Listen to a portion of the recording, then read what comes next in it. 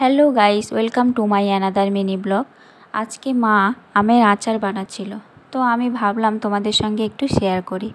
তো আমগুলোকে প্রথমে খোসা ছাড়িয়ে তারপর চেলি চেলি করে কেটে নিয়েছিল। তারপর কেটে নেওয়ার পর ভালো করে আমগুলোকে ধুয়ে একটা ঝুড়িতে রেখে দিয়েছিল, যাতে জলটা শুকিয়ে যায় একটুখানি। তারপর একটা জামে করে মা আমগুলোকে ঢেলে দিল। তারপর লঙ্কাগুলোকে শুকনো করে মা গুঁড়ো করে রেখেছিল আচার বানানোর জন্য। তাই পরিমাণ মতো লঙ্কা, হলুদ, লবণ, চিনি, সর্ষের তেল দিয়ে ভালো করে মাখিয়ে নিয়েছিল।